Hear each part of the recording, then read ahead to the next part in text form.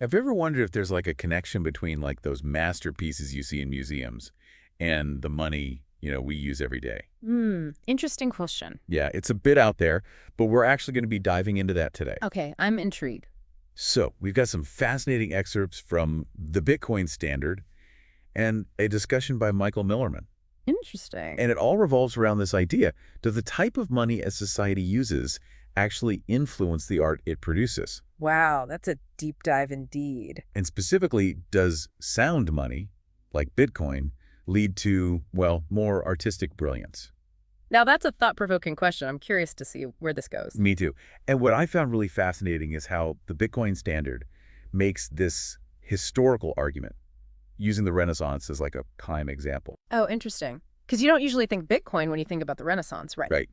But think about Florence during the Renaissance. Okay. A city just exploding with artistic innovation. Michelangelo, Da Vinci, Botticelli, Donatello, the whole gang. Yeah. And what many people don't realize is this explosion of genius happened at the same time that cities like Florence and Venice were using what the book calls sound money systems. Okay. Basically money that held its value over time. Right. So we're talking about like real stability and long-term thinking. Okay. Exactly. And that's where those Medicis come in, right? Not just art patrons, but major players in the Florentine banking system. Right. But they weren't chasing quick profits with their art commissions. No, not at all. You're right. Think about it. The Sistine Chapel ceiling, that wasn't a weekend project. The Medicis, and lots of patrons like them back then, were playing the long game. Right. It's like they had this built-in low time preference, as the book calls it. Low time preference, yeah. Okay, so break that down for us a bit. How does that actually show up in the art itself, not just the financing behind it? Well, imagine this. Would a painter spend months meticulously grinding their own pigments if they thought their patron might, disappear next week? Good point. Or a sculptor choosing marble knowing it'll take years to chisel if the value of their payment could just, vanish? Right, it's about having confidence in the future. Right. Exactly. And that's what I think is so fascinating about this connection. The pigments, the materials, the sheer scale of some of those Renaissance works, it all speaks to an understanding that value was meant to last. And that patrons were willing to wait for it? Yes, and pay for it. It's interesting because you don't get the sense that any of these artists were rushing. Michelangelo didn't just slap some paint on that ceiling and call it a day. These were careers, lifetimes, poured into their art. And that's a key difference the Bitcoin Standard highlights. If your money is designed to hold its value over time, it incentivizes that same long-term thinking in other areas of life, including art. You're not looking for a quick buck, you're building a legacy. It makes you think about the art being produced today. It really does. And that's something we'll definitely be exploring further. But for now, let's take a quick break.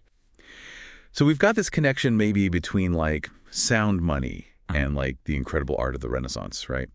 But where does that, leave us today with our modern systems? Yeah, that's where the Bitcoin Standard takes a bit of a turn. Okay. It argues that today's systems, where money often loses value so quickly, well, it might actually incentivize the opposite of all that Renaissance stuff. So like a focus on short-term gains instead. Exactly, yeah. Instant gratification. And it's not just about like the art market itself, right? It's about the actual act of creating art too. Yeah, 100%.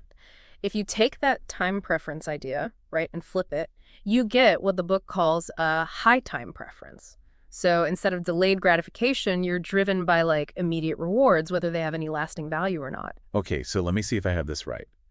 They're saying that if money itself is losing value quickly, people are more likely to, choose like the quick thrill of a viral video over, let's say, like a complex painting that might take a while to really understand. Yeah, you got it. It all comes back to where we place value as a society, literally with our money, but also like our time, our attention, all of it, And the Bitcoin Standard doesn't hold back on its opinions about how this is all playing out in the art world. I mean, they even compare some modern music to animalistic noises. Yeah. Is that a fair comparison?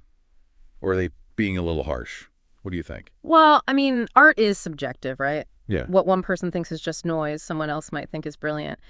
But I do think the book raises an interesting point. Has the way we create and experience art changed? Because, we live in a world where value seems so, fleeting.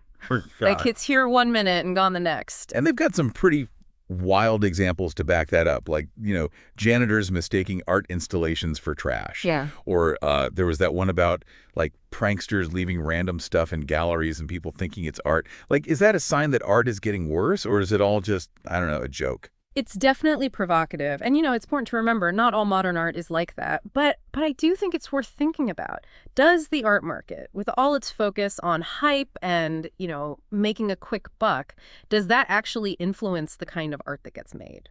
That's a good question. Right. Does it reward certain types of expression over others? Yeah, it's almost like the book is saying that the art market has become a reflection of our financial system. Mm-hmm. Remember that line from the book about modern art being a get-rich-quick scheme? Yeah. It's harsh, for sure, but it does make you think. It does. About, like, the forces that shape the art we create. Like, are we really free to pursue artistic excellence in a system that, prioritizes short-term gains? Mm-hmm. Or does that system, like, in some way dictate what kind of art gets produced, and rewarded? It's a really interesting question.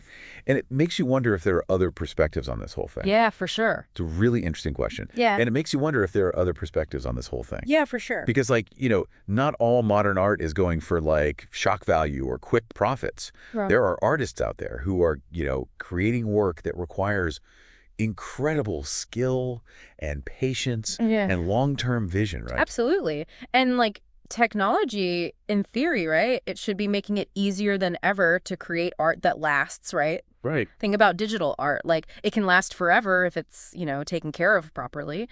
So is it too simple to say that, like, sound money equals good art, and then unsound money equals, well, maybe not bad art, but art that's, I don't know, more about, like, the immediate moment. You know what I mean? Yeah. Are there other things going on here? That's the question, isn't it? And that's where I think it's so helpful to, bring in some other voices. And the Bitcoin Standard actually mentions H.P. Lovecraft. Okay. Now, that's not a name I was expecting to come up. What's Lovecraft got to do with all this? So Lovecraft, he was really skeptical of this idea that you could, like, directly engineer, like, artistic brilliance.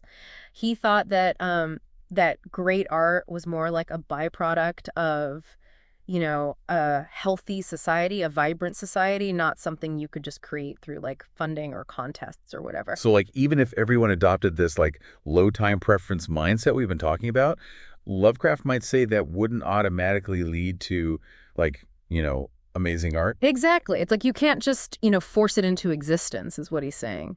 Huh. So what would he say is the reason for art, like, declining then, if that's what's happening?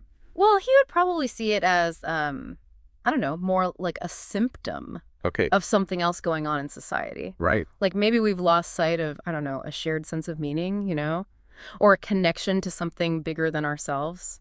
He was big on cosmic horror, after all. Right. Yeah, that makes sense. So it's not just about the money for him. It's like there's this deeper kind of cultural thing happening. Okay, that's really interesting. But it does make you think about, like, those initiatives that are trying to, bring back meaningful art, like the, what was it called, the Passage Prize? Oh, we see that mentioned in Millerman's discussion. Right. It's like they're trying to prove Lovecraft wrong, in a way. It's a cool experiment. Like, can you actually, like, incentivize meaningful art? Right. Or does it have to come from somewhere else? That's a big question. And it kind of goes beyond just art, doesn't it? It makes you think about, like, what are we all building towards? Like, what are we leaving behind? Exactly. And that's what I think is so fascinating about this whole conversation. We started with, like, Renaissance masterpieces, and now we're here talking about, Bitcoin and low time preference and H.P. Lovecraft. It's quite a journey. All trying to figure out, like, is there a connection between the money we use and the art we make? And I think, as always, the best thing to do is, explore these ideas for yourself. Yeah. Pick up the Bitcoin Standard, see what Michael Millerman has to say, and then, just look around. Does the art you see, does it feel like it reflects a sound money mindset or something else? Good question. It's something to think about. And that's what these deep dives are all about. I like it.